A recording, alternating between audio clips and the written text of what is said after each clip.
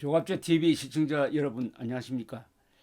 2019년 11월 19일 자정으로 넘어왔습니다. 새벽입니다. 19일 새벽.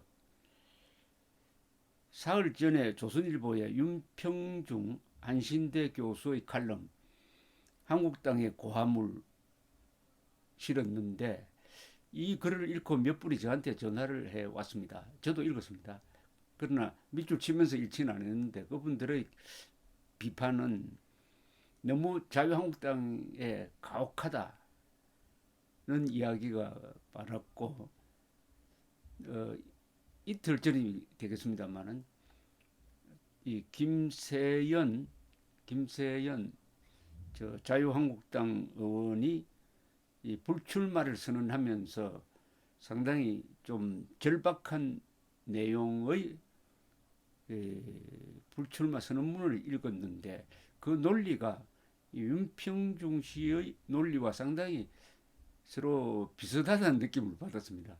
그래서 제가 윤평중 칼럼을 밑줄 치면서 읽었는데 이건 좀 비판할 의미가 있다. 비판할 가치가 있다라는 판단을 했습니다. 조선일보에 실리고 또 이분이 계속 글을 쓰는 분이므로 여기에 논리적 또는 사실에 있어서의 오류는 바로잡아야 되겠다는 생각이 들어가지고 한번 그 지적을 하려고 합니다. 이분이 쓴 글을 가지고 제가 비판을 덧붙일 생각입니다. 이런 내용이 있습니다. 자유한국당은 헤게모니를 상실한 불임정당이고 따라서 먹고 살기 바쁜 보통 사람들이 이 정당에 관심을 가질 리가 없다.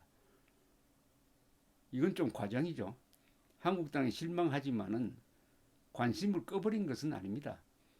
그래서 지지율이 30%는 되는 것 아닙니까? 30% 되는 정당 지지율은 굉장한 겁니다. 그 다음 또 이런 이야기가 나옵니다. 황교안 대표가 문 정권의 총체적 패정을 질타하면서 민부론과 민평론을 설파하자마자 허공에 흩어지고 말았다. 퇴행적 지역감정과 적대적 양당 정치에 기생해 정의와 공정을 파괴해온 한국당의 발언이기 때문이다. 이건 좀 과격합니다. 한국당이 지역감정을 부추긴 적은 없습니다. 오히려 요사이는 호남 특혜에 대해서 침묵하는 모습이 비겁하게 보일 정도입니다. 한국당이 정의와 공정을 파괴했다는 것도 너무나 끔찍한 왜곡이죠. 정의와 공정을 파괴했다면 집권당만이 할 수 있습니다. 야당은 힘이 없어서 더구나 윤평중 교수가 지적했던 대로 헤게모니를 상실한 야당이 정의와 공정을 파괴할 힘을 어디서 가져옵니까? 정의와 공정은 이 정당, 이 집권당이 파괴한 거죠. 그 책임을 자유한국당에 넘긴다는 것은 무리입니다. 또 이렇게 썼습니다. 사실 한국당은 박근혜 전 대통령 탄핵과 함께 사라졌어야 할 수구정당이다. 저는 이 칼럼에서 이 문장이 가장 큰 문제라고 생각합니다. 사라졌어야 할 수구정당이다?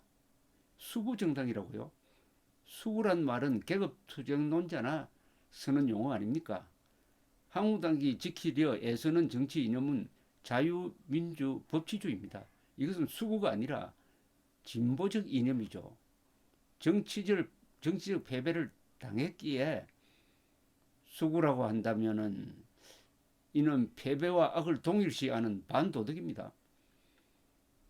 패배를 당한 것은 힘이 없어서 그렇게 된 거고 패배를 당했기에 수구정당이다? 아니죠. 그럼 월남전에서 우리가 저섬으로 우리가 악이 되는 겁니까? 힘이 없는 것과 악을 동일시하면 그것은 정글의 논리입니다. 그리고 그래도 지지율이 20% 내지 30%인 정당인데 사라졌어야 한다고 말하는 것은 소수의 가치를 너무 가볍게 보는 어떻게 보면 전체주의적 발상에 가깝습니다. 더구나 정당은 민주주의를 기능하게 하는 필수적 제도입니다. 정당은 가꾸어야 합니다. 우리 헌법도 정당을 지원하고 가꾸는 그런 조항이 있습니다. 그것은 정당 없이는 민주주의가 되지 않아요. 또 정당은 오래 나이를 먹어야 합니다. 이 민주적 제도 중에서 가장 중요한 정당을 함부로 사라져야 한다느니 해체하라고 하는 것은 반민주적 폭거입니다. 김세연 의원의 그 발언에 문제가 있는 게 바로 그 대목입니다. 자유한국당이 해체되어야 한다. 어떻게 자유한국당을 해체할 수가 있습니까? 아니, 계엄령을 펴지 않으면 자유한국당을 해체할 수 없죠. 어떻게 해체할 수 있습니까? 해체는 자유민주적 정치를 이어가는 중요한 제도 하나를 없애버리는 겁니다. 제도 파괴가 문명 파괴 아니겠습니까? 또 이런 대목이 있습니다. 결국 대중은 한국당이 대표하는 권위주의적 박정희 패러다임의 철퇴를 가함으로써 수구 정당에 대한 정치적 신임을 철회한 것이다. 이건 또 무슨 연설문 읽는 느낌인데요. 수구라고 합니다. 아니, 이 정도의 나라를 만든 주역들을 수구라고 하면 됩니까? 자유한국당은 이승만 박정희로부터 쭉 내려오는 문명 건설 세력의 계통을 이어가는 정당인데 수구라고 하면 안 되죠. 위대한 발전을 시켰으나 이제 힘에 좀 붙여가지고 쇠락하느냐 재기하느냐의 기로에 서 있을 뿐입니다. 수구는 아닙니다. 그리고 박근혜 탄핵을 박정희 탄핵으로 해석하는 것은 문재인 정권의 이른바 촛불혁명론적 역사관입니다. 한 시대를 청산하겠다. 체제를 탄핵하겠다. 여기에 윤평중 교수가 편성하는 모습을 보여주고 있습니다. 한국당은 박정희 패러다임을 대표한다고 말한 적이 없고 대표할 수도 없어요. 권위주의적 박정희 패러다임이라고 했는데 그런 패러다임은 그런 리더십을 필요로 하던 시기에 극히 효율적으로 국가를 발전시켰고 1979년 그의 사망으로 함께 끝났습니다. 전두환 노태우 정권의 패러다임은 박정희식이 아닙니다. 완전히 다릅니다. 하물며 40년이 지나서 박정희를 무덤에서 불러내가지고 한국당을 욕하는데 써먹는다는 것은 너무 시대착오적입니다. 그런 방식이 바로 수구입니다. 수구. 과거로 돌아가가지고 그런 식으로 하면은 오늘을 단죄하기 위해서 저 조선조까지 신라시대까지 오를 수도 있지 않습니까? 박정희 패러다임은 개발도상국에서는 지금도 유용한 세계적 성공 사례임을 안다면은 함부로 박정희 패러다임을 비판하는 욕하는 데 놓으면 안 될 것입니다. 그 다음 또 이렇게 썼습니다. 정치 이념적으로 자유한국당엔 자유도 부재하고 한국도 없다. 이건 너무 과장이죠. 이것은 그냥 말장난입니다. 자유한국당에 왜 자유가 없고 한국도 없습니까? 자유와 한국을 지키려는 강령도 있고 그런 노력을 많이 하고 있는데 다만 힘이 모자랄 뿐입니다. 어떻게 단정적으로 없다고 합니까? 한국의 수구 보수는 냉전 반공주의와 천민자본주의를 자유민주주의 미명으로 분치를 해왔다. 이거 참 총론적 부정이네요. 자유민주주의 이름을 내세워 양심과 사상의 자유나 기본권 같은 자유민주주의 핵심 이념에 적대적이었다. 아니 그럼 자유한국당이 집권정당이라는 이야기입니까? 자유한국당이 양심과 사상을 짓밟은 적이 있습니까? 집권도 안 했는데 뭐 저 위에 거꾸로 뭐 박정희 시대 때 그리고 이승만 시대 때까지 올라가가지고 자유당과 공화당을 욕하는 것이라고 하면은 그나마 좀 이해할 구석은 있는데 자유한국당이 기본권을 침해했다고 하니까 어이가 없습니다. 솔직하게 말해서.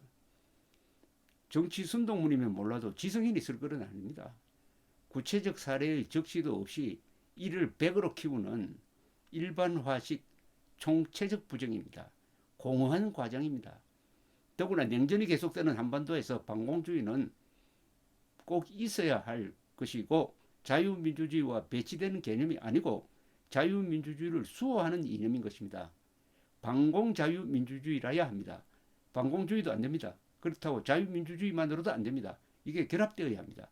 반공자유민주주의입니다. 그런데 냉전 반공주의를 무조건 지금 악으로 몰고 있습니다. 방공 없는 자유민주주의는 방어력이 없습니다. 그럼에도 공동체의 생존 윤리인 지금도 그렇습니다. 냉전 방공주의를 악으로 보니 윤평중 씨는 기본적으로 좌파인 것 같습니다. 이게요 이렇습니다. 지금 대한민국 냉전이 아직 계속되고 있어요. 그러면 냉전 방공주의를 필수적으로 해야 됩니다. 그러니까 국가보안법이 필요하고 국군이 저렇게 숫자가 많은 것 아니겠습니까? 자유한국당 등 보수 세력이 자유민주적 기본 질서에 적대적이었다고 하는 것은 금시초문일 뿐만 아니라 이 자유민주적 신념이 약하다 이렇게 비판하면 몰라도 자유민주주의에 대해서 적대적이었다니 아무리 이렇게 야당이 약하게 보이더라도 이렇게 이야기하면 이게 폭론이 되는 거죠. 폭론. 혹시 자유한국당이 탈북자를 북한으로 강제 북송하는데 동조한 적이 있습니까? 한국의 자유민주주의를 이 정도로 키워온 것이 이승만 박정희 자유한국당으로 이어지는 보수 정치 세력의 세계적 공이라는 것은 윤평중 교수도 인정해야 될 것입니다. 그것은 팩트니까요. 그럼에도 한국 보수를 자유의 적으로 몰고 있으니까 우리가 누리는 이 자유의 상당 부분은 이승만 박정희 반공주의자가 만들어낸 겁니다. 욕을 먹어가면서 또 이렇게 쓰고 있습니다. 더 심각한 문제는 한국당이 줄곧 민주공화국 대한민국의 근본 가치를 외면해 왔다는 사실이다. 실제로 이렇게 한 적이 있습니까? 외면이란 줄것이라고 하면 안 되죠. 가끔 그렇게 했다. 이렇게 해야지. 줄것 그러면 이 한국당 태어날 때부터 지금까지 하루 24시간 계속 민주공화국 대한민국의 근본 가치를 외면해 오는데 시간을 다 썼습니까? 공화정의 핵심은 법치주의와 성숙한 시민정신을 통한 공공성 구현에 있다. 공화정 지도자들이 노블레스 오블리주의에 앞장서는 까닭이다. 그런데 탄핵 이전은 말할 것도 없고 탄핵 이후에도 한국당은 공화정신을 거부하는 무책임한 행태로 일관해왔다. 자유민주주의와 공화정을 배척한 자유한국당은 국익보다 당파적 이해관계를 앞세우는 수구적 이익 집단으로 각인되었다. 이건 구체적 사례 없이 이런 걸 공리공론이라고 합니다. 공화주의라든지 이런 것을 아주 높은 가치를 딱 세워놓고 자유한국당은 여기에 부족하다 이라는 것은 옛날에 조선조의 선비들이 요순이라는 요순 시절을 절대적 기준으로 해가지고 왜 요순 시절만큼 정치를 못하느냐고 왕을 공박하던 그런 식의 이야기입니다. 이게 공리공론입니다. 원론만 쭉 하고 원론만 제기하고 그 원론보다 다 모든 사람들은 그게 부족하죠. 그냥 부족한 사람은 다 그러면 뭐 독재가 되고 수구가 되는 겁니까? 그러니까 이런 그런 사례를 들지 않아요. 구체적 사례를 듣고 이야기를 해야 되는데 총론적으로 그냥 비판해버리고 맙니다. 이게 조선비들이 애용하던 논법이죠. 그러면 이게 자유한국당이 대한민국의 근본 가치를 외면하였다면은 사회주의나 독재를 지향했다는 이야기밖에 되지 않는데 자유한국당은 사회주의 독재를 견제하는데 나름대로 열심히 싸웠지 않습니까? 나름대로 작년에 이 정권이 추진하던 사회주의적 개헌을 막은 것은 자유한국당입니다. 조국 사태를 그래도 이 정도로 끌고 온 것도 자유한국당의 역할이 큽니다. 그 점은 인정해야죠. 공화정신을 거부하는 무책임한 행태라는 거창한 단죄문을 뒷받침할 만한 예를 하나라도 들어야 윤평중 씨의 이 글이 허공에 묻어야만 할 노래가 아니고 좀 실체성을 갖게 될 것입니다. 그리고 그는 이렇게 썼습니다. 탄핵 직후 당명을 바꿔 달았지만 내용적으로는 전혀 달라지지 않는 수구 세력을 국민이 신뢰할 리 만무하다. 그게 한국당의 현주소다. 합리적 보수와 중도로 외연을 넓혀 미래로 나아가야만 승리를 기약할 수 있다. 있는 선거판에서 한국당의 한계는 치명적이다. 이명박, 박근혜가 수구입니까 그러면? 이명박 대통령 시절에 세계적 금융위기를 가장 성공적으로 극복하지 않았습니까? 박근혜 대통령이 욕먹으면서 추진한 4대 개혁이 그게 수구적 발상입니까? 그게 개혁적인 거 아닙니까? 외연 학대는 누구나 말할 수 있는 당위론이고 윤평중 씨 정도라면은 방법론적 대안을 내야 합니다. 방법론적. 뭐 중도로 외연을 넓히고 미래로 나아가야 한다는 말은 누구나 할 수 있는 이야기지만은 방법론, 실천적 대안을 내라 이겁니다. 구체적 사례와 실천적 대안이 여기 빠져 있는 이 글은 공허합니다. 적대적 공존관계인 한국당과 민주당, 적대적 공생관계를 맺은 문바와 박바가 민주공화국을 위협하고 있다. 그런데 문바는 알겠는데 문바와 대칭할 만한 그런 강력한 박바가 있습니까? 이것도 양비론을 억지로 만들려다가 보니까 박바만 억울하게 생겼어요. 문바는 확실히 있어요. 자유한국당이 자유와 공화를 회복해야 나라의 앞날이 있다. 자유민주주의와 공화주의를 통합해 미래로 가는 정책 정당만이 민심의 절규에 응답할 수 있다. 한국당이 살고자 하면 반드시 죽고 죽고자 하면 반드시 살게 될 것이다. 대한민국 현대사가 증명한다. 이 뭐 경문 같네요. 그러나 경문이다 그렇지만은 실천론이 없습니다. 그냥 잃고 뭐 하나마나한 이야기입니다. 그러니까 이 말은 자유와 공화를 회복해야 나라의 앞날이 있다는 말은 사람이 착하고 부지런하면 성공한다는 말처럼 원론적이죠. 자유와 공화를 회복하는데 1, 2년으로 되겠습니까? 마그나 카르타가 1215년인데 영국의 민주주의는 800년 넘었습니다. 한국의 민주주의는 아직도 어립니다. 그런데 자유와 공화라는 절대적 가치를 가지고 지금 이 어린 한국의 민주주의, 한국의 정치인들을 이렇게 단죄하듯이 하면은 너무 잔인한 것 아니겠습니까? 당위와 실존을 구분하지 못하는 게 이 조선조 선비들의 이 논법인데 윤평중 씨가 그런 논법을 많이 씁니다. 좋은 것은 반드시 이루어져야 한다 이런 이야기입니다. 아니 좋은 것은 반드시 이루어져야 하는 것은 당위론인데 이루게 하려면은 실천론이 있어야 됩니다. 그런데 사람은 다 부족한 게 많아서 그 실천론에서 다 막혀버립니다. 당위론대로 그러면 실천이 된다면 이 지구는 다 벌써 전에 천국이 되었습니다. 천국이. 윤평중 씨 같은 조선조 선비형은 백지 위에 관념의 그림을 그리지만은 정치인은 인간의 피부 위에